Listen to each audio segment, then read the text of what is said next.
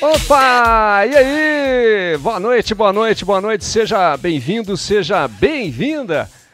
Meu amigo, minha amiga. Começamos mais um programa de Tudo um Pouco, né? E aí, como é que você tá? Tudo legal? Tudo chique no último volume com você?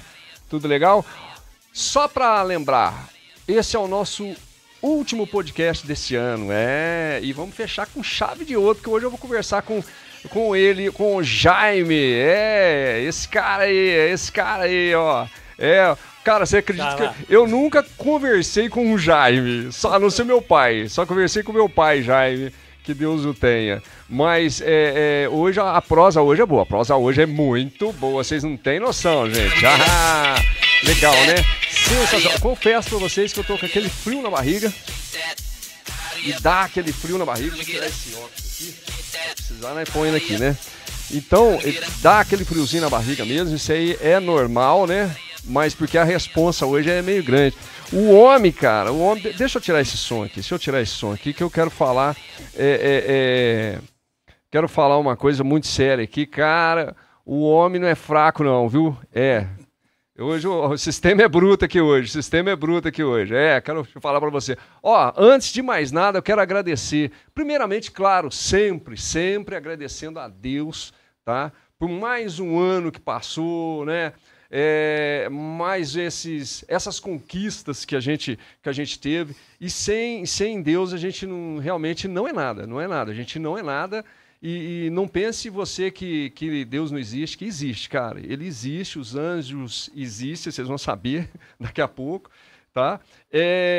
Agradecer a Deus muito, muito, e agradecer a você e toda a sua família. Sabe por que eu falo a família? Porque é o seguinte, cara, como sempre eu fico olhando aqui, viu, gente? Não esquenta, não. É assim mesmo. Por que eu tô falando a você e toda a sua família? Porque sempre tem um assunto interessante e inteligente aqui no nosso podcast, né? Aqui no nosso De Tudo Um Pouco. A gente fala de tudo um pouco aqui, porque é o seguinte, aqui rola de tudo um pouco mesmo. Já tivemos aqui vários profissionais de vários segmentos, né? Mas igual esse aqui, não. Igual esse aqui ainda não, viu? Eu tô aqui com o Jaime Cardoso, ele é... Eu vou passar uma lista do cara aqui, gente, ó. O cara, ele é empresário, é teólogo, é escritor, ele é bacharel em teologia, ele é minerador, é piloto, o cara é piloto. Eu penso, e a turma chama eu de vovô doidão. Eu tô longe de ser doidão perto do cara, né? Mas todo Jaime é um cara legal, não é, Jaime? Todo Jaime não é um cara legal? Fala um pouco mais perto do microfone pra turma aí. Não tem nem dúvida. Todo Jaime é um cara legal, né? Ô, Jaime, é o seguinte, cara, todo mundo que vem aqui, eu faço a pergunta que é a de praxe pra todo mundo. E com você não vai ser diferente, não. Eu queria saber o seguinte... Você, de onde é que você é? Qual é que você é? De onde é que você é? Eu tenho o privilégio de ter nascido aqui perto, não é longe, não. Eu nasci em Poço Fundo. Poço Fundo? A 50 quilômetros daqui. Rapaz, eu já tive em Poço Fundo. Acho que eu já fiz som em Poço Fundo, viu? O celular meu que tá doidão. Uma cidadezinha pequenininha. Muito boa. Mas é gostoso que você sobe a praça ali, é parente pros dois lados, é de todo lado. Legal, cara, legal. Então, um negócio que não para. Eu gosto mais, eu nasci lá e depois meu pai era médico, né, casou com uma moça de lá e foi morar em Itajubá. E aí, Entendi. No meu primeiro ano de vida, já fui para Itajubá e meu pai era médico lá, casou em Poço Fundo, aí eu morei em Itajubá. Fui morar em Itajubá. Legal, cara, legal. Então você é de Poço Fundo e é de Itajubá. Sim. Esse é meio que os dois, sim. Eu, na verdade, eu morei em São Paulo, Campinas, Belo Horizonte, vários lugares. Hoje eu estou entre Itajubá e a região fazendo projetos minerários. Então, na verdade, fico ali, Itajubá hoje. A minha mãe tem 90 anos de idade, está lá com um tablet e um celular o dia inteiro. Ô, louco, meu! Nossa, tremendo. Que então, legal! Sempre estou com ela e para mim é um prazer lá estar sempre com ela, apesar dos meus trabalhos e tal. Mas é muito bom. Bacana, né? Bom, é o seguinte, Agora eu preciso pôr meu óculos aqui. Eu preparei algumas perguntas aqui. Sim. E eu confesso que eu estou impressionado. O homem é polêmico. Ó, gente, vocês falam que eu sou polêmico. Eu não sou polêmico, não. Eu sou sussa. A turma chama eu de vovô doidão. Eu não sou doidão, não. Olha o cara aí, ó. Quantos anos você tem, ô Xará? Meu Xará, Jaime. Hoje eu estou com 63 anos, graças a Deus, bem vivido. Eu quero chegar nessa aí, desse jeito aí, firme, desse jeito aí. Muito exercício, muita salada, nada de bebida, nada de cigarro. A receita aí, gente, a receita aí, ó. Aí você fala, não, mas então a vida ruim, não, depende da vida que você leva. E o mais importante é que você vai fazer um tratamento médico, tudo, você não tem nada. Verdade. Isso é importante. Verdade. A saúde da gente vem no cuidado que você tem com o seu corpo. Faço bastante exercício também, isso é muito importante. Sensacional. Isso aí a saúde é em primeiro lugar, né? É verdade. Saúde é em primeiro lugar. Bom, entre tantos... o homem é teólogo, é escritor... Eu tô com as pernas bambas aqui, gente. É pra você ler o meu livro, né? É complicado o negócio. Você lê o meu livro, agora, então não, eu separei. Você vai falar do meu livro. Então. Nós vamos falar do livro. Mas vem cá, você foi piloto, né? Antes da gente falar do livro. Você foi piloto, certo? Deixa eu colocar eu aqui. Pera aí, cadê eu? Aqui. Ó, você foi piloto. E por que você não chegou na Fórmula 1? Você foi piloto, você esbarrou na Fórmula 1? Como é que foi isso, essa história? Conta pra gente. Na minha época que eu fui piloto, não tinha a tecnologia que tem hoje, né? Porque a Fórmula 1 hoje, o piloto quase que não precisa dirigir. Ele vai tocando ali em botões e tal. Na minha época era câmbio seco, 2 debradas. Na raça. Na raça e outra coisa. Era muito difícil de dirigir. Então, para você pegar o estilo do câmbio, lá com o estilo de velocidade, o giro do motor, é muito mais difícil do que você tem hoje na Fórmula 1. E eu corri na Fórmula Ford, Stock Car. Na Fórmula Ford eu fiz mais corridas, campeonato brasileiro, fui do campeonato brasileiro. Cheguei a pontuar algumas corridas, ganhar, não, porque sempre eu ficava com aquela história que eu queria ir mais à frente. Ah, não, eu estou na Fórmula Ford, eu quero ir para a Fórmula 3, cheguei até a Fórmula 3, mas para a Fórmula 1... Eu tinha até o meu padrinho, que era o vice-presidente da República, estava arrumando para mim café do Brasil. Uma coisa que eu ia perguntar aqui, que eu li lá. Sim. O vice-presidente foi seu padrinho? O doutor Eliano Chaves, eu atormentava ele demais, porque eu era o único piloto da Fórmula 3 mineiro. Ah, legal. Então a gente não tem pista, não tinha, né? Hoje a gente tem Contagem, mas não tínhamos pista em Belo Horizonte. E aí era difícil para a gente ter empresários para investir nesse ramo. Apesar de que eu morava em São Paulo, minha equipe era lá, eu buscava patrocínio lá, mas como mineiro era difícil de conseguir patrocínio. Aí o que aconteceu? Eu fui para lá com a minha equipe, tudo, lutamos muito. Patrocínio é uma coisa muito difícil. Você não imagina o que é difícil o patrocínio. Para você ter uma base, com a dificuldade toda que tinha, eu um dia estava conseguindo de uma empresa, não sei se você lembra da Jeans Starup. O Starup, então, Jeans fiz Starup, até um comercial lembro, com eles lá, dando uma volta em Interlagos, as moças vindo tudo de jeans, né? Que era o negócio do momento, né? Mas para mim ter o patrocínio das corridas todas no Campeonato Brasileiro, eu precisava ter fazer um comercial para eles, que na verdade era do Fantástico da Rede Globo. Que eu ia passar numa coluna de fogo a mais ou menos 160 por hora. E isso ia ser pela Star Globo e também pela Rede Globo, que era o programa do Fantástico. Só que em Itajubá saiu no jornal que eu ia fazer isso, a minha mãe ficou doente e tudo, eu tive que prometer para ela que não ia fazer mais. Aí você falou, não, mas isso era loucura. Não, os engenheiros iam calcular muito bem, mas pela velocidade eu teria que tomar um cuidado. Se pegasse de um lado ou outro, podia explodir. Não, e aqueles carros são extremamente protegidos. O piloto fica ali de um jeito. Mas uma dificuldade que, se você vê um carro de corrida mesmo, o Fórmula 3 é quase igual ao Fórmula 1. Você entra assim como se fosse uma cobra. E a única coisa que você mexe no joelho é pouca coisa. Então, o espaço é muito... Na hora da largada é a pior hora do piloto. Por quê? Porque na hora da largada você olha para todos os lados e vê aquela velocidade, o pessoal acelerando muito, e você fala assim, não quero mais, não quero mais. Mas amarelou? Aí o sinal vai do vermelho para o verde, Aí você larga. Depois que você largou, vem a adrenalina. Aí você não tem mais medo de nada. Aí você vai disputar com os outros. Aí vai embora, para andar vai embora. na frente. Não, aí a adrenalina vem. Uma coisa até importante, o pessoal perguntava para mim, falava assim, mas espera aí, você correndo, por exemplo, no Rio ou Goiânia, quando estava muito calor, com toda aquela roupa, macacão, capacete, balaclava e tal, como é que você aguenta? É interessante porque é por causa da adrenalina. A adrenalina não deixa você sentir calor, frio, nada. Às vezes eu corri em Porto Alegre, também maior frio em Porto Alegre.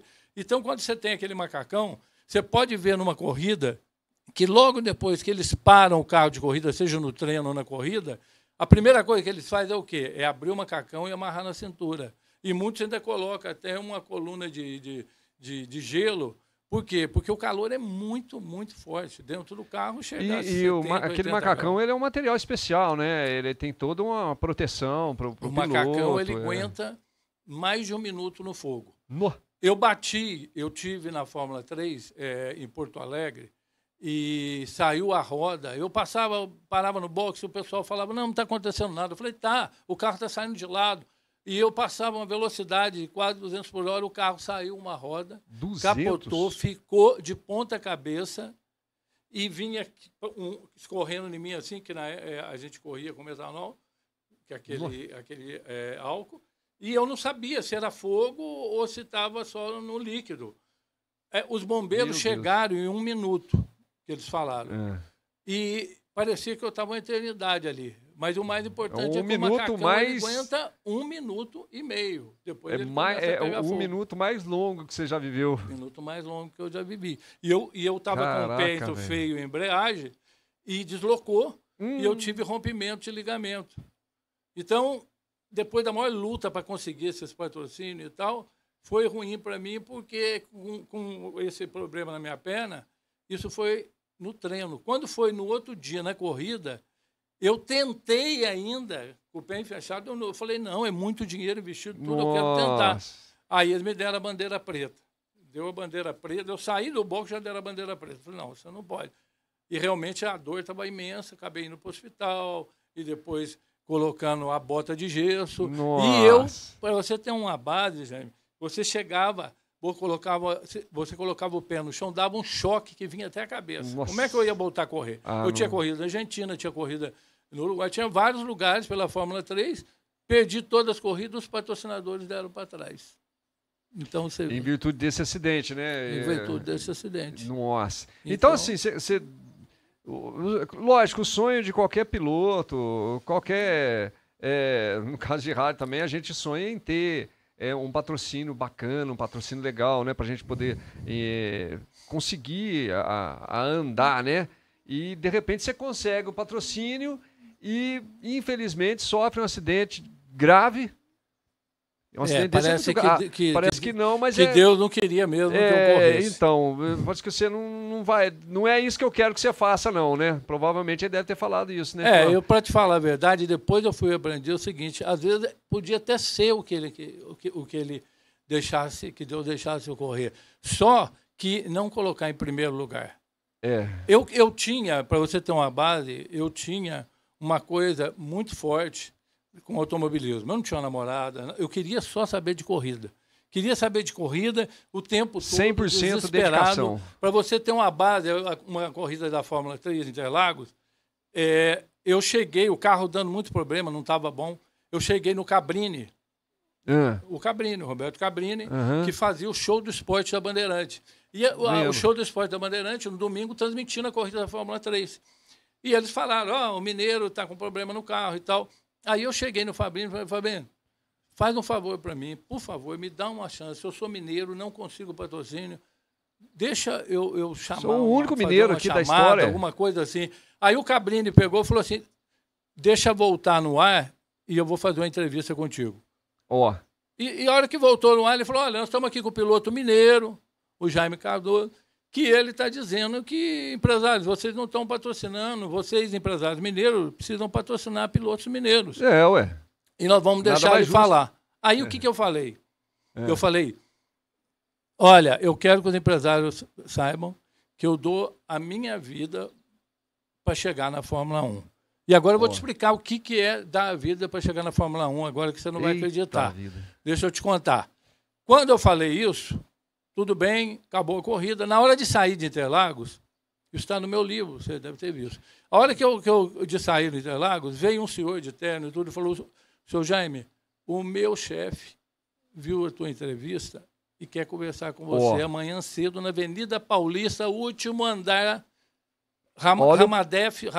Eu vi que era um nome árabe, sabe? Olha o poder disso, hein? Mas olha onde é que vai dar isso. Aí o que aconteceu? Era domingo, dia da corrida. Na segunda-feira cedo, estou lá na Avenida Paulista, último andar.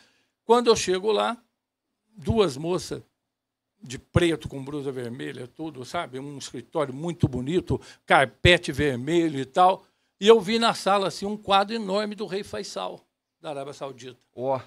E aí eu entrei na sala do chefe lá. Era um cara moreno, de terno, de linho, uma mesa de vidro muito bonita, grande, e todo cheio de colar de ouro, pulseira. E ele falou, olha, sente aí e vamos conversar. Aí eu falei, pois é, o senhor mandou me dar o cartão que o senhor viu a minha entrevista. Eu falei, sim, eu vi a tua entrevista e eu quero te perguntar uma coisa. E eu, sentado na frente dele, de Jaime, ele falou assim para mim, o que você vê do teu lado esquerdo e do teu lado direito? Eu falo, do meu lado esquerdo eu vejo um piloto, parece o Ayrton. E do outro lado eu vejo um lobo, assim, com olho vermelho, com dentes e tal. E eu saí correndo. Saí correndo, no duro, saí correndo, fui lá, apertei o elevador, 20º andar, apertei o elevador, desci. Quando eu cheguei embaixo, parece que eu tinha uma visão do meu pai e minha mãe de joelho orando por mim. Não sabendo da minha vida. E Deus me e veio uma coisa forte, contando no meu coração, dizendo assim, que eu iria ter o patrocínio e, conforme eu falei, eu ia chegar à Fórmula 1. Continuar na Fórmula 1 seria outra coisa. Então, eu entendi que eu estaria dando uma coisa que quase ninguém não acredita, que fala de cantores e tudo, que isso não existe, não existe. Mas eu estava dando a minha vida para o mal, né? Então, é aquela coisa de você ter o desespero, o que você vê às vezes que o pessoal, por causa de cantores e tudo, né? Idolatria. Cuidado, gente, com esse negócio de idolatria. Porque eu idolatrava. Tanto é que numa corrida eu precisava de pneu de chuva, eu não tinha, para correr Interlagos, e quem tinha estava do outro lado da Avenida São João. Eu fui atravessar a Avenida São João, quando eu olhei, o sinal estava vermelho, o ônibus veio, eu levantei a mão assim e o ônibus me pegou. Ô, louco, meu! Me jogou do lado, eu bati a cabeça, e quem viu, bati a cabeça no meio-fio. Meu Deus! Acordei no outro dia cedo, no hospital, o médico virou e falou, rapaz, você viveu de novo, porque o ônibus te pegou e tudo, e você está com um cortinho só na testa. Amado. Aí eu virei para o médico, e falei assim, eu só um cortinho na testa, mas isso atrapalha eu domingo e correr em Goiânia? Nossa! Eita! Depois vocês falam que eu sou o vovô doidão, né? Não é eu não, viu? Mas todo Jaime é gente boa. Mas vem cá, eu li também que você chegou a ser sócio da Xuxa. Como assim? Da Xuxa? Hilarie, tal e coisa, é isso? Não, isso aí é uma história porque... O que acontece? Conta isso aí. Eu tenho uma história igual o filho pródigo. Eu briguei com a minha família, porque você imagina um pai e uma mãe que você vira aqui no sul de Minas e fala assim, pai, mãe, eu quero ir para São Paulo, quero ser piloto. E morria por mês 2 pilotos. Nossa. Rony Peston, Gilles Villeneuve, Didier Pironi, tem uma quantidade enorme. E o meu pai virou... Pai é pai. E meu pai virou e falou assim, filho, você gosta tanto disso, você já tombou tanto carro na cidade aqui, que é melhor você ir correr na pista mesmo. Eu vou ficar até mais tranquilo. E deixou eu correr. Só que eu fui, fiz o curso, o meu tio de São Paulo falou para o meu pai, ele não passa no curso de pilotagem, eu passei entre os primeiros e comecei a correr. E a corrida, gente, é muito cara. Precisava de muito dinheiro. O meu pai me deu uma sociedade com o meu tio lá em São Paulo de carro, só que eu peguei meus carros tudo e pus para correr. E aí, quando eu não tinha mais nada, eu voltei para Itajubá e virei para o meu pai com meus irmãos e falei, eu preciso de mais dinheiro para a corrida. Ele falou, não, você está ficando louco. Está morrendo 3x4, você está querendo mais dinheiro para a corrida? E eu briguei com meus pais, saí em alta velocidade de Itajubá e falei assim, não quero mais viver. Olha o que é idolatria. Opa. E capotei o carro. Para você ter uma base, eles cortaram o carro no meio para me tirar do carro. Rapaz do E a céu. hora que eu estava no hospital, no outro dia, eu tinha aquela visão do meu pai e minha mãe orando por mim. E senti como se Deus tivesse falado, olha, eu estou te dando chance de vida, mas você precisa rever a sua vida. E aquilo me tocou forte. Tanto foi que eu peguei em casa, né, já recuperado lá, para você ter uma base, o carro, eu fui ver o carro, eu chorei. Porque o motor estava dentro do carro, no banco. As rodas estavam todas torcidas. Estava uma coisa que não dava para você acreditar. Aí, o que eu fiz? Eu estava em casa, eu me lembro direitinho como se fosse hoje. Era um domingo chuvoso, 5 da tarde. Eu peguei e falei assim, gente, eu não acredito que Deus não quer deixar eu correr. Alguma coisa está acontecendo, não é possível. Mas eu venho de um lar cristão, evangélico, meu pai evangélico, minha mãe era católica, mas que falava da Bíblia, que falava de Jesus. E aí eu lembrei do Alex Dias Ribeiro. Alex Dias Ribeiro, ele é do grupo dos jovens, dos Unidos em Cristo, dos esportistas em Cristo. Você já viu falar, Alex Dias Ribeiro correu com Emerson Fittipaldi, Alex Dias Ribeiro correu na Copersuca, na Marcha, e na época ele estava correndo na Fórmula 1. E eu liguei para ele, em São Paulo, não sei porquê, peguei o telefone e liguei. A tia dele atendeu e falou, olha, ele está numa reunião, mas eu vou chamá-lo, porque ele está para ir para a Inglaterra. Aí demorou um pouquinho, o Alex chegou, ô Jaime, tudo bem? Ele falou, Alex, desculpa eu estar te ligando, mas ontem eu sofri um acidente, isso, aquilo e tal. O Alex virou e falou assim, espera 1 minuto. Tá bom, fiquei esperando o telefone. Ele, um pouco daqui a pouco, ele voltou, Jaime, se você tem fé em Deus, se você acredita em Deus, Deus é tão poderoso, tão forte, que você está aí no sul de Minas, eu estou aqui em São Paulo, e Deus está dizendo para nós dois que a gente tem que, em primeiro lugar, colocar Ele na nossa vida e as outras coisas vão ser acrescentadas. Olha. E o que aconteceu? Ele virou e falou, eu estou reunido agora com a minha família, se eu volto a correr na Fórmula 1 ou não, porque eu estou num carro muito ruim, que é a Marcha, e a prova veio agora. Por quê? Olha porque isso. você me liga do sul de Minas falando a mesma coisa que eu preciso compreender. Que não é a gente que vai colocar a nossa vida à frente, tem que ser Deus que tem que colocar a nossa vida à frente. Isso é em tudo, né? Em tudo que a gente for fazer, a gente tem que colocar primeiro nas mãos de Deus. Né? Aí você me perguntou a respeito da Xuxa. Eu achei que você tivesse terminado já a história, mas isso aí é normal. Isso aí acontece. Não, mas aí o que aconteceu? Isso eu estou dizendo para você. Depois disso, eu fui embora para São Paulo, brigado com meus pais. Entendi. Sumi, meus pais não me achavam. Sumiu do mapa. Sumi do mapa. Só queria saber de corrida. Aquela idolatria. Aí você falou, eu vou virar sócio da Xuxa. Não. Aí eu fui correndo para todo lado, lá, passando fome, quase um ano. Meu pai e minha mãe não sabiam de mim. Aí um dia, andando na rua, encontrei um amigo meu de Itajubá. Ele virou e falou, nossa, gente, você está magro aqui, tudo, o que é isso? Se eu falar para você que eu comi um pão por dia, você não acredita. Estava na casa de um amigo meu, jornalista, que também era um outro quebrado, e a minha vida ficou difícil com isso, porque eu punha tudo e andar para um lado, atrás de patrocínio para todo lado. Tive no pai do Emerson Fittipaldi, no Barão, conversei um tempão com o Barão, chorando e tudo, para ele me ajudar a arrumar patrocínio, porque eu ainda tinha meu carro de corrida, mas não tinha patrocínio. O Barão falou que não tinha jeito, e aí o que aconteceu? Passando fome e tudo, esse amigo pegou, falou para os meus pais aonde eu estava. Já fazia um ano que ele não me via. Aí a minha mãe mandou, eu lembro que eu estava passando fome, e eu, esse amigo meu, pegamos, assim, água quente com ketchup e tudo, como se fosse uma sopa. Porque eu estava brigado com a minha família. Só que toca a campainha, é o chofer do meu pai era médico lá do posto de saúde em Itajubá, com uma caixa de mantimento, biscoito, presunto, queijo, uma tudo. Super cesta. Nossa, uma super demais. Cesta, e no fundo, uma cartinha da minha mãe, olha, com dinheiro bom, dizendo, o seu pai está com uma fazenda de café e de gado, os seus irmãos fazendo engenharia, e ele quer que você volte.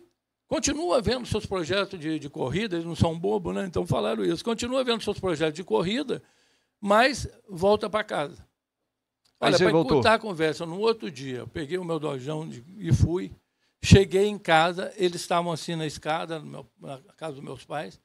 E fui abraçando meus irmãos, 2 irmãs, outros 2 irmãos. Ah, que legal. Meu pai e minha mãe, aquela mesa farda. Quem conhece a parábola do filho pródigo da Bíblia vai lembrar que é a mesma coisa. Só que de vez de pôr um anel no filho pródigo, aí, eu já o meu pai virou e falou, tem um carro novo, uma caminhonete embaixo para você trabalhar na fazenda. E encurtando a conversa, eu fui trabalhar na fazenda, descobri uma água mineral, e essa água mineral chamou a atenção da Xuxa no Rio para fazer um projeto. Que legal. Aí eu fui com a Xuxa, Marlene Matos, fazer esse projeto da água mineral. Mas o que vinha na minha cabeça? A corrida. Corrida. Você vai não, o Xuxa, tudo, Marlene Matos, eu quero que vocês paguem eu correr, eu quero ir para a Fórmula 1 e aí eu dou a água para vocês. Era aquela história assim. E aí o que aconteceu? A Marlene Matos é muito esperta.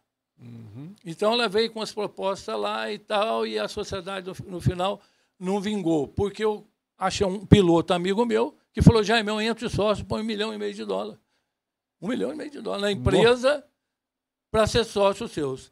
E ele virou e falou assim, só que o seguinte, 45% para a empresa, 45% para você, 5% do diretor financeiro nosso e 5% do diretor industrial nosso. Eu falei, tá, e onde entra a Fórmula 3 aí? E $1 milhão para a Fórmula 3. Eu falei, pronto, acabou, o que você quer que assina? Onde você quer? Vamos lá. E fiz um negócio com eles. Só que a primeira corrida foi essa que eu capotei o carro, arrebentei tudo, e o problema da perna, não pude mais correr. E eles estavam pagando o patrocínio. Mas isso trouxe, olha para você ver como é que as coisas são todas ligadas. Isso trouxe eu voltar para a minha cidade.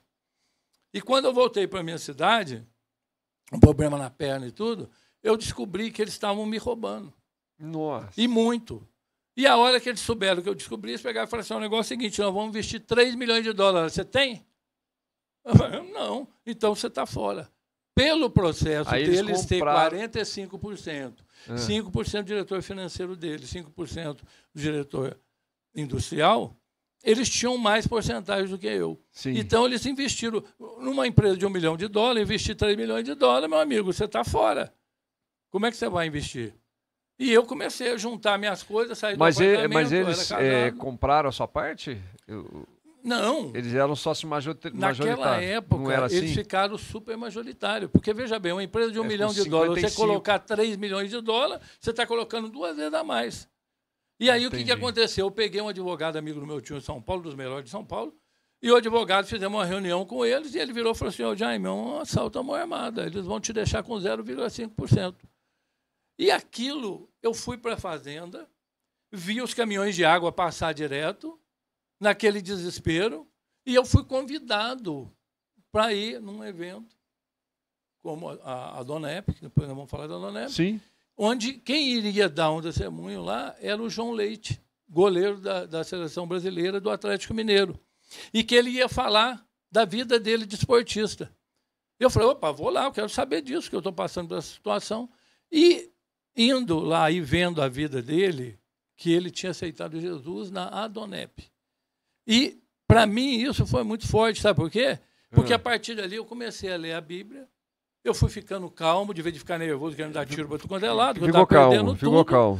E olha que coisa tremenda. E comecei a ler a Bíblia lá na fazenda e vendo aqueles carros passar, mas aquilo me acalmava.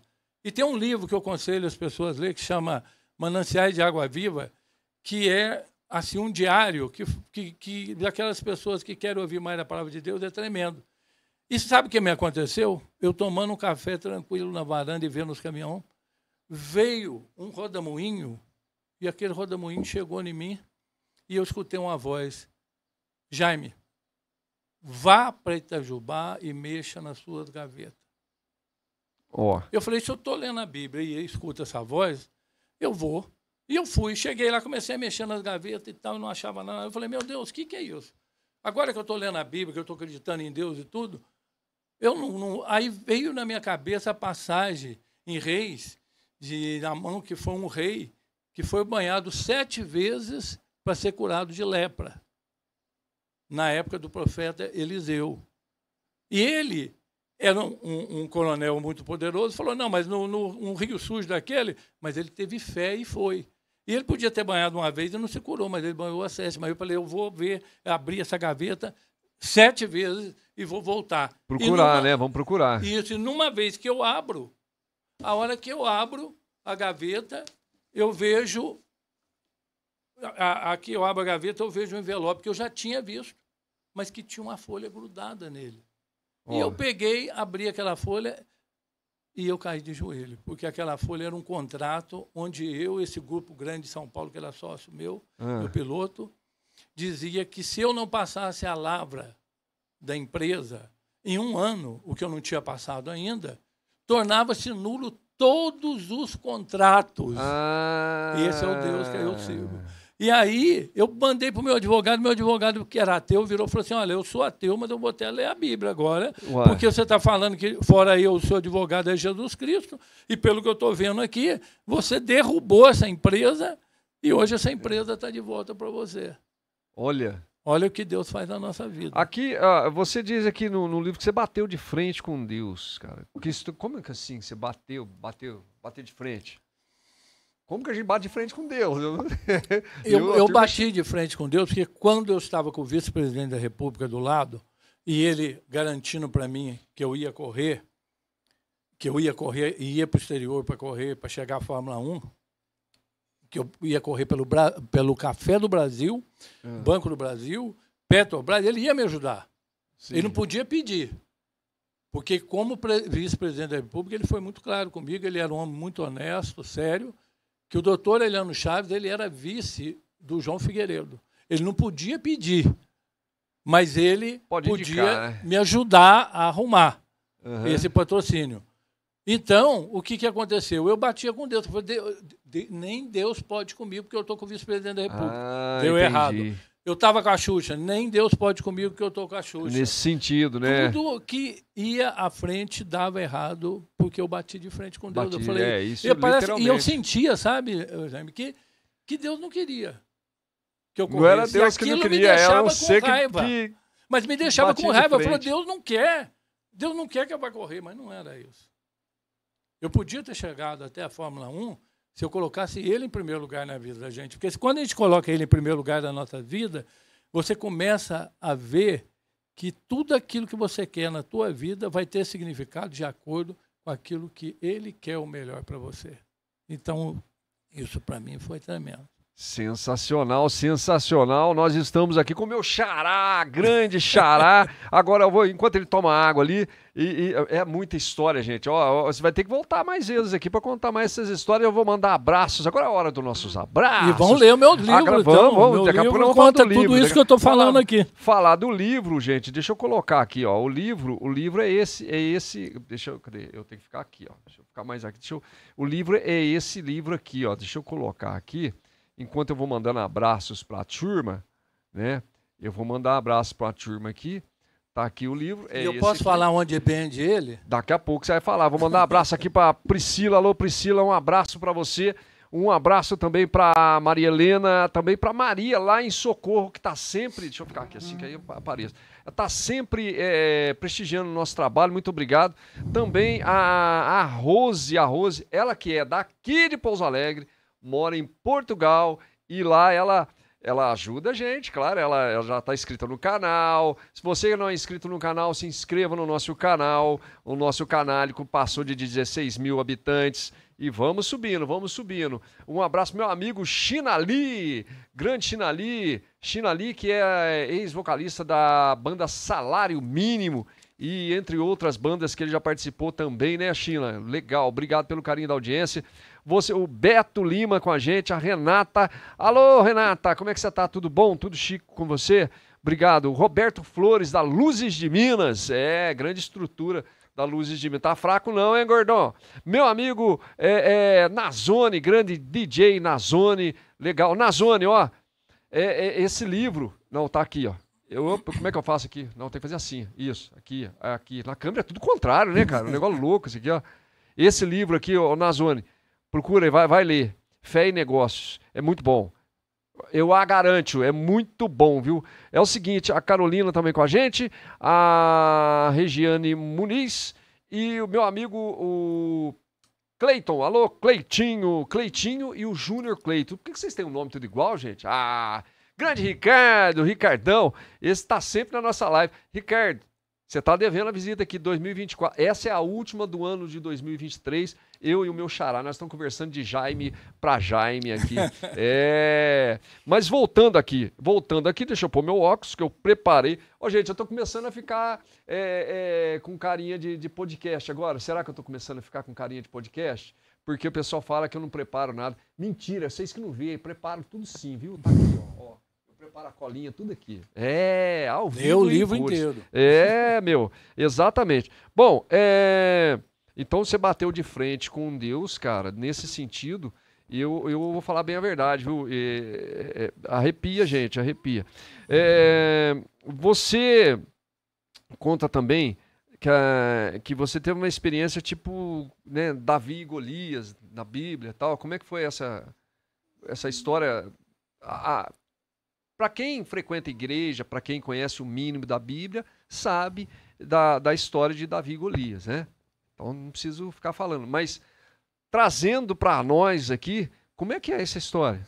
É o que eu acabei de falar, porque o que aconteceu? O grupo que eu era sócio era um grupo muito grande, que tinha derrubado várias empresas em São Paulo. Depois eu fiquei sabendo. Era muito grande. Então eu era Davi. Você era o Davi. Eles eram Golias. Que interessante. Então, é interessante, cara, justamente por isso. Porque você vê nas passagens da minha Bíblia que tem muita coisa parecida, né? O filho pródigo, agora Davi e Golias. Sua vida vai... Deus é tremendo. Então, para mim... E depois eu fiquei sabendo que eles tentaram tudo para conseguir a empresa de volta. Mas não tinha jeito, porque esse documento não assinado, o ministro iria assinar, que é uma lavra de água mineral. Então... eu não tinha feito esse documento ainda. Você vê como é que Deus faz as coisas tudo certo e como que depois tudo aquilo que vai você tem na vida vem de Deus. Ah, mas eu sou forte. A pessoa fala, mas eu sou o cara mais inteligente do mundo. A gente ouve muita gente falar isso. Eu sou Deus fodão. O quê? Eu trabalho dia e noite e tal. Gente, você tudo porque... vem de Deus. E cada vez mais a gente vai aprendendo que a não dar tanto valor nas coisas, porque Deus quer te dar muito mais do que você merece. E essa história que você teve com anjos, você conta no livro também que você esteve com anjos, como assim? Você sonhou ou você teve? Lá fala que você teve. Não, o que aconteceu foi o seguinte, quando eu era mais novo, eu estudei em Lavras, as pessoas de Lavras conhecem o colégio lá, o Gama, e eu participei de um grupo de jovens lá, ligados às igrejas na época lá, evangélicas lá, e com esse grupo eles iam em favelas e levavam um grupo tocando instrumento, cantando e tudo, e eu participava às vezes com eles. Não muitas vezes, mas algumas vezes participei. Quando podia, estava lá. E teve um dia que nós estávamos numa favela grande cantando, e estava um dia muito gostoso, um sol forte, e nós estávamos cantando do lado de uma casa. Aí a senhora veio e falou assim, olha, eu queria que vocês cantassem debaixo da janela, porque o meu filho está ali, em fase terminal de câncer, e eu não quero que vocês entrem na minha casa porque ele está muito nervoso. Ele não aceita essa situação dele. Mas eu quero que vocês cantem debaixo da janela dele aqui. Aí o pessoal começou a cantar, eu do lado. Só que, de repente, eles foram indo embora, devagar, que estavam tocando, e eu não sei porque eu fiquei ali, mas, de repente, chegou 2 rapazes, eu me lembro que eu fosse hoje, Sérgio, um loiro, Eduardo, um moreno. E eles ali, conversando comigo e falando, eles cantaram aqui e tal, a mulher pegou e falou assim, olha, vocês podiam entrar para tomar um café? Ah, sim, só está agora nós, porque antes tinha muita gente aqui, eu não ia oferecer o café, mas agora eu vou oferecer. E aí entrou eu, esses outros 2, e o resto tinha tudo indo embora. Certo. Aí nós entramos, tomamos um café, e o filho dela estava no quarto. Aí ela virou e falou assim, vocês querem ver o meu filho? Ele está muito nervoso e tudo. E os 2 falaram assim, nós queremos sim. E eu me lembro que eu sentei no quarto, duas poltronas, eu sentei numa poltrona, ele estava numa cama de casal, ele estava assim, nervoso e tal, diz ela que ele estava no estado crítico definitivo, e o Sérgio e o Eduardo, um sentou do lado da cabeceira, o outro do outro lado. E de Jaime, eles pegaram uma Bíblia e começaram a folhear a Bíblia, mas que dava vento em mim. Nossa. A maneira que eles folheavam a Bíblia, assim, muito sabe? rápido. Era muito rápido, e começaram a falar assim, como se fosse de línguas. E aquilo trouxe uma paz no meu coração tremenda, e eu fui vendo aquele rapaz de semblante fechado e tudo, se aliviando. Aí, nesse momento, entra uma pessoa forte, grande, e senta do meu lado. E começa a falar também umas línguas estranhas. Você não entendia nada? Não entendi nada, mas eu entendia mas que você os entendia dois aquela na frente paz. estavam falando da Bíblia para ele. Daquela velocidade, mas alguma coisa apareceu assim no ar, que era um quarto muito escuro, assim, sabe? E aí ele começou a falar. E eu olhei para ele com o olho vermelho, assim, esquisito, sabe? E um dos rapazes viraram e falaram para ele assim: você foi vencido na passagem de Gadareno. Ele virou, mas lá eram poucos, aqui são muitos. Porque a passagem de Gadareno, você sabe que é o demônio que vai enfrentar Jesus. Sim. Então, ele quis dizer que era muito mais demônio ali. E nesse momento, os dois continuaram a ler a Bíblia e não deram atenção para o homem atrás, não. E eu me lembro ainda de entrar uma pessoa assim no quarto e esse rapaz levantar a mão assim, e a pessoa sair correndo. E, de repente, ele pegou e suspirou e saiu correndo. Quando ele saiu correndo, aquele rapaz que estava na cama começou a chorar, mas você via que ele chorava numa alegria. Parecia que ele estava alegre. Ele estava com um semblante diferente.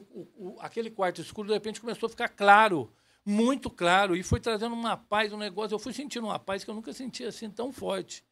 E aqueles dois ali, então, vieram, me abraçaram, cumprimentaram a senhora, e nós descemos o barranco lá das casinhas lá, né, da favela, e descemos os três de mão dada, assim, sabe? E eu não entendendo nada, mas feliz da vida. Foi junto. Aí, quando chegou embaixo, eles pegaram e falaram assim: Jaime, sempre com Deus. E foram andando. Eu falei: mas peraí, vocês são de que igreja? Quem são vocês? Da onde vocês são? Quem são? Ele falou assim: não. Dos qual é que vocês são? Dos qual é que vocês é? Um dia nós vamos encontrar. Aí, qual que é a certeza que eu tive que eles eram anjos? Olha para você ver. Passado muito tempo, um dia eu estava em Itajubá e tinha uma moça que foi numa igreja lá do Rio, que ela tinha sido feiticeira. Olha. E que ela tinha aceitado Jesus na vida dela e que ela ia nas igrejas católicas, e via tudo quanto é lugar, contar da vida dela quando ela era feiticeira no Rio, aqueles artistas, tudo lá, ela tratando os artistas, tudo, da televisão e tal. E ela contando isso e contando quando ela aceitou a Jesus. Se vocês procuram, eu acho que no YouTube tem, ela é uma moça que foi feiticeira. E eu hospedei ela na minha casa. Na época eu era casado e com a minha esposa. E no café da manhã, ela contando das viagens que ela fez para o exterior e tudo, ela contou, olhou para mim e contou que ela estava na Bolívia e ela entrou num beco lá falando da Bíblia e apareceu um pessoal armado lá de metralhadora tudo e colocaram ela num canto que ela saiu, não sabia para onde ia e, de repente, um rapaz chamado Sérgio e Eduardo conduziu ela para sair fora da... Aí ela virou para mim e falou assim: você conhece? Eu falei assim: conheço os dois, sim. Conheço, olha então está provado que existe anjo. Aqui, cara, eu arrepiei aqui. É um negócio meio... Você tá louco. É tremendo. Tá, mas agora eu vou fazer uma pergunta polêmica para você, porque tá lá no livro. Então você realmente esteve no céu, Teve? Como é que é isso? Foi tremendo também. Foi. Ó, eu estava passando uma situação muito difícil com a minha esposa e frequentando várias igrejas. Queria levar ela para tudo quanto é igreja, sabe? Que ela sofria de uma depressão muito grande, ela era bipolar, tinha aquele negócio muito forte, e eu gostava dela demais, eu queria o melhor para ela. Eu dando a minha vida por ela, fazia tudo por ela. E eu buscava todo mundo. Cheguei a buscar até, não sei que você já ouviu falar da Neuza Tioca. A Neuza Tioca, ela escreveu vários livros, uma psicóloga muito famosa de São Paulo. Inclusive, vou contar em primeira mão que talvez ninguém saiba. Ayrton Senna, antes de morrer, aceitou Jesus com ela. Olha. Com a Neuza Tioca. Isso quem me contou foi o Alex Dias Ribeiro. E eu fui até na Neuza Tioca. E era difícil, porque ela era muito forte o que ela tinha. Então, era uma coisa tremenda. Aí, o que aconteceu? Gente, o período do Carnaval é o período mais forte que nós temos na Terra, principalmente no Brasil. É um período onde a demoniada está solta. O negócio não é brincadeira. E, na igreja que eu estava, nós fizemos 24 dias de jejum. Aqueles que tinham propósito na vida, o meu propósito era que ela seja curada, a pessoa, como que era o jejum? Você não comia nada o dia inteiro, estava tomando água, e à noite você tomava uma sopinha. E isso foi 20 e poucos dias. E aí, eu não quero falar em denominações, porque todas as igrejas que levam a Cristo através da Bíblia, para mim, é importante. E eu fui nessa igreja, fechou-se a porta e um pastor de São Paulo falou, olha, vocês fizeram 24 dias, eu viajo o mundo inteiro e Deus está dizendo aqui que alguém aqui vai no céu. A igreja inteira. Alguém aqui vai ao céu. E nós começamos a cantar, louvar e tal, e de repente, rapaz, eu me vi numa velocidade que nos carros de corrida eu nunca tive, subindo com alguém de túnica do lado segurando a minha mão. E eu subindo, de repente, parei num lugar. E o mais tremendo é que eu não tinha visto em Apocalipse, na Bíblia, como era o céu. E eu vi ruas de ouro. E não tinha, assim, prédio grande, não. E a luz lá era tão forte que não precisava de sol. Era muito forte. Doía a vista. E eu comecei a andar nessa rua de ouro. Comecei a andar e eu vi que quem estava do lado era um anjo. Porque ele me levava e falava, vamos andando. E nós andando naquela rua de ouro, de repente nós vimos prédio, e teve um prédio enorme, com uma porta inteirinha de ouro, e aquela porta se abriu, e eu entrei com ele, com colunas assim, sabe, de mármore, parecia mármore, e tinha uma mesa, eu lembro direitinho, enorme, e aquela mesa tinha tudo quanto é tipo de fruta que você imaginar. E era uma mesa de cristal, com pedras preciosas, uma coisa mais linda do mundo. E nos conduziu, depois dessa sala, aonde tinha uma escada e tinha uma porta muito maior, toda de ouro, cravejada, diamante, que foi se abrindo e foi se esfumaçando, sabe? Uma fumaça branca, assim, e foi me dando uma paz, uma coisa também tremenda. E eu avistei um trono branco, que eu não via quem estava sentado no trono, mas eu sabia ali que era Jesus. Sensacional. E eu via isso. Que era aquelas vestes brancas, muito forte, e esticou a mão assim do lado e falou, eu tenho um propósito na sua vida. E nesse momento, então, aquele anjo me levou do lado, onde tinha um corredor, assim, uma varanda enorme, e você via assim aquele campo verdinho, águas, cachoeirinhas e tal, e todos os tipos de animais. Leão, onça, gado, tudo assim, mas aquela harmonia tremenda, uma coisa maravilhosa. E aí eu virei para o anjo e falei assim... Que só pode ser o céu, Eu quero ficar. Eu quero ficar aqui. Eu quero ficar. Ele virou e falou assim, não é a sua hora ainda. Ainda não. Nesse momento, rapaz, já foi aquela velocidade enorme. Para baixo voltou. Comecei a descer.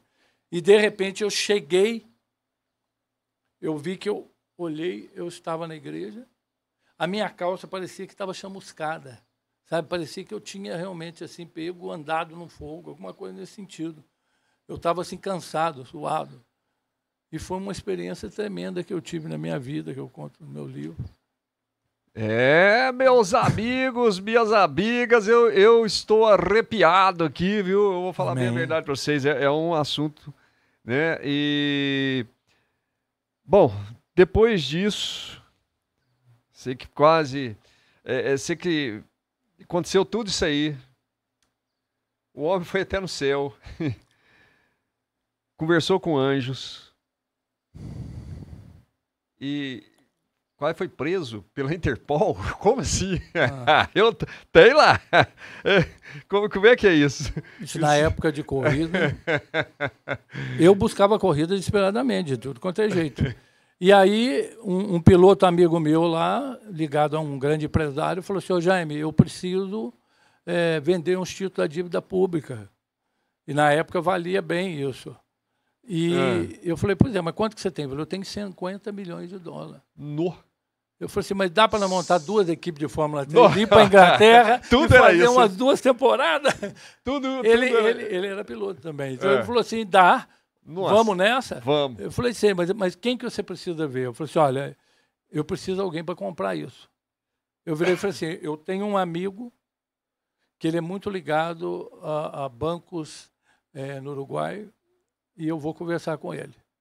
E esse amigo meu mora lá na Paulista, em São Paulo. Eu fui conversar com ele, ele falou assim, você tem mesmo? Eu falei assim, olha, o empresário é esse. Opa, ele pode ter sim. 50 milhões de dólares em título da dívida pública.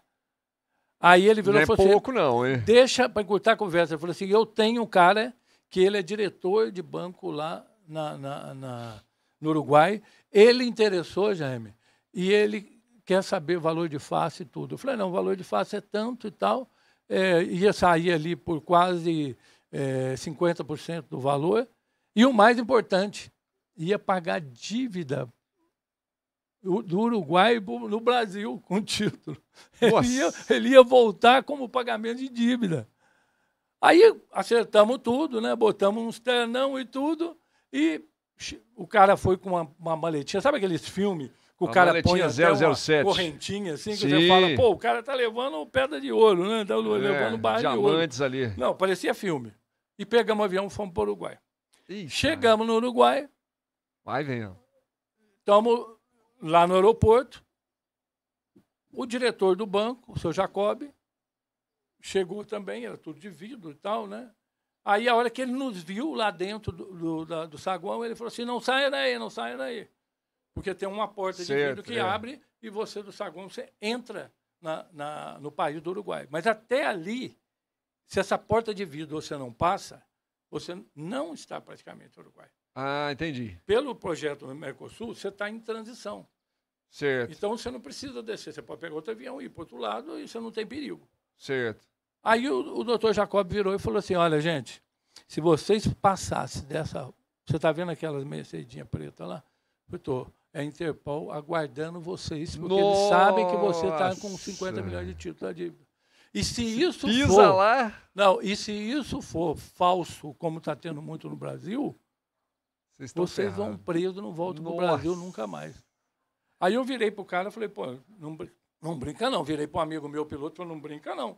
Aí o cara virou e fez assim, peraí. Abriu a pasta. Não tinha um grampo na pasta. Eu falei, mas que história é essa? Eu falei, você acha que nós ia trazer 50 milhões de título aqui dentro da pasta? Tá louco. Aí o seu Jacob virou e falou assim, fecha a pasta, vamos pro hotel.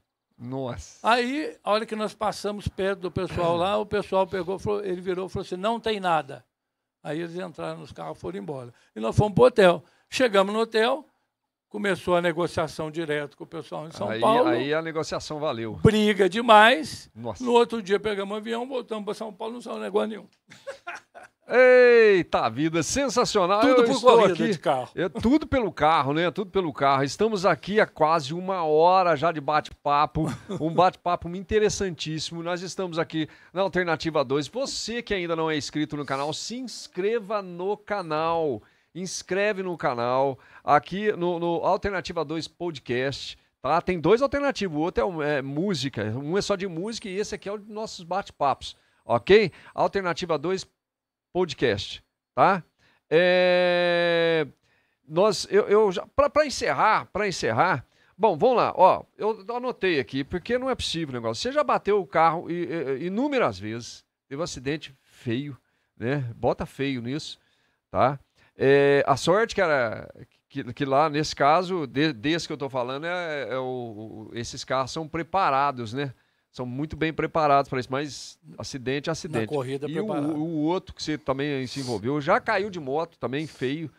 Caiu de avião e foi atropelado na Avenida São João. Eu vou falar uma coisa pra você, cara. Ó, os 3 infartos que eu tive não é nada. Não é nada, não é nada. Como é que é? Não é nada. Deu nada, não. Foi só um empurrãozinho, deu um toque, esperou o contato veio. Não é nada, não. Esse não é do nada, avião, eu vou contar. É, O atropelamento eu não falei, né? Aquela agora mesmo, contado que eu fui atropelado. Mas do avião é muito interessante pelo seguinte.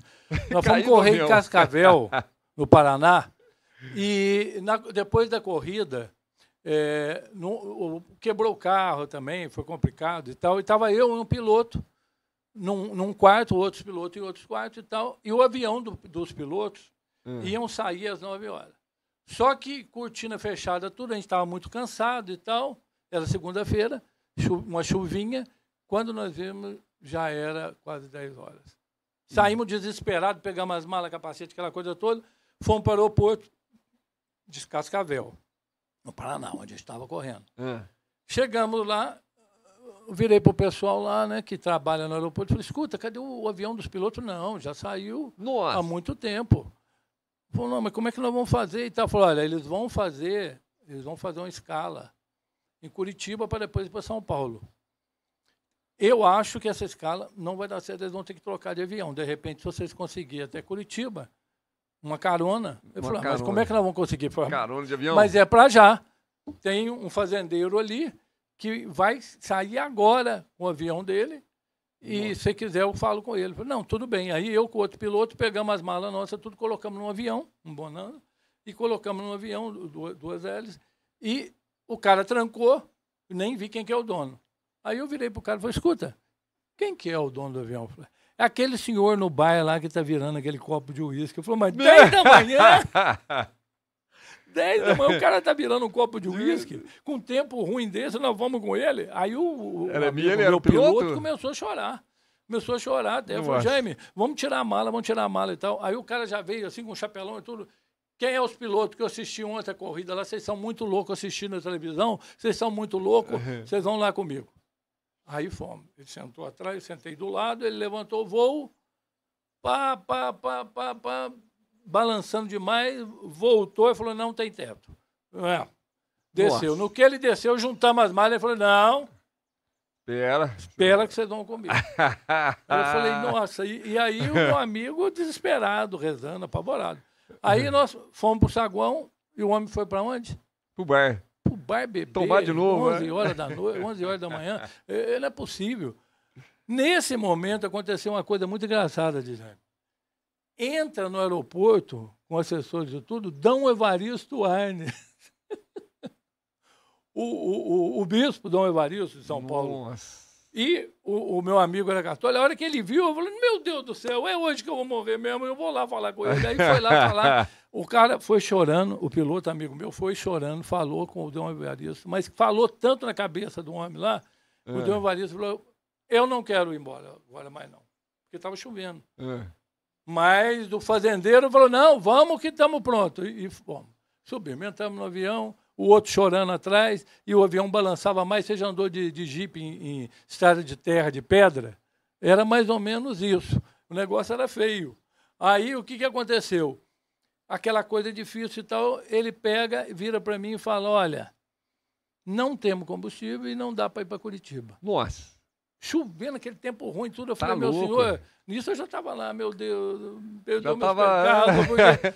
E aí, ele virou e falou assim, olha, dá para a gente descer em Londrina. Eu falei, olha, eu aceito qualquer lugar, desde que descendo, seja no chão. E o outro atrás estava assim. Aí ele foi descendo em Londrina. Orando, rezando. Quando ele desceu, ele já estava quase sem combustível, ele bateu e estragou, bateu e levantou voo. Mas não dava mais, ele não tinha mais combustível. Aí ele avisou, falou assim, olha, vai descer raspando. Nossa. Sem combustível. Você prepara o os caminhões aí do Corpo de Bombeiro e tudo. E aí o avião veio. Sabe o que nos seus pés, assim, você está dentro do avião, e você sentir como se fosse brasa? Nossa! E eu levantava o pé assim, e ele aí jogou aquela... Quebrou o trem de pouso. Não. Aí descemos. Para um homem era normal, parece que ele tinha caído umas 10 vezes de avião, sei lá. Aí nós descemos, meu amigo até branco virou e falou assim, ó, eu pego um táxi ou um avião, pego um táxi ou até ônibus, mas vou embora para São Paulo, tchau, não quero conversa. Eu tenho um tio que mora em Londrina, fui para casa do meu tio, virei para ele e disse, você tá aqui? Falei, antes de mais nada, deixa eu dormir um pouco. Nossa! Eu não aguento mais. Aí no outro dia saiu no jornal. Eita vida! Sensacional, sensacional. E assim a gente encerra. Vamos encerrando mais um de tudo. Tem um livro. Quero que você fale um pouquinho. Fala para a gente um pouco do livro. Opa, não você já falou bem do livro, porque tudo que nós conversamos é do livro. Do livro, mas vamos falar mais um pouquinho aqui do livro. Então eu vou passar para vocês aqui. Aonde que encontra, como é que funciona, enfim. Você abrindo o Google, você vai ver na Editora Telha, Amazon, Mercado Livre, Magazine Luiza, Livraria Saraiva, Livraria Martins Fontes, Submarino, Lojas Americanas. Fé versus Negócio. Fé versus Negócios. Tá aí Se você abre no Google, se você abrir no Google, já vai aparecer lá. Sensacional, sensacional. E assim a gente vai encerrando, então, mais um programa, aliás, da série a série de tudo um pouco. Muito obrigado você, Beabigo, Biabiga. Eu quero agradecer os ouvintes. Eu quero... Calma, que já que você agradece, Beabigo, Biabiga, quero agradecer você. Muito obrigado mesmo. Beijo no seu coração. Tá aqui o meu xará. Eu nunca conversei com o Jaime igual eu tô conversando agora, viu? Eu tô falando, todo Jaime é um cara legal, mas é tudo meio doidão mesmo, viu? Deu pra perceber, né? É sensacional. Fala aí, Jaime.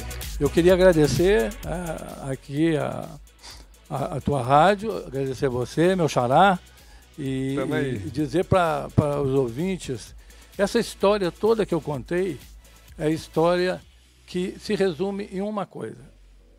Se você busca uma vida melhor, uma vida maravilhosa, é em Jesus. Porque depois que eu encontrei Jesus, depois que a minha vida mudou hoje, porque em primeiro lugar vem Ele, essas coisas sobrenaturais que eu contei que aconteceu, de anjo, ir para o céu, tudo, é muito pouco dentro do que Ele vai oferecer para vocês. Que Deus abençoe vocês todos, em nome de Jesus. Sensacional! Um abraço e tchau, tchau. Até a próxima, até o ano que vem, né? Tchau, gente. Falou!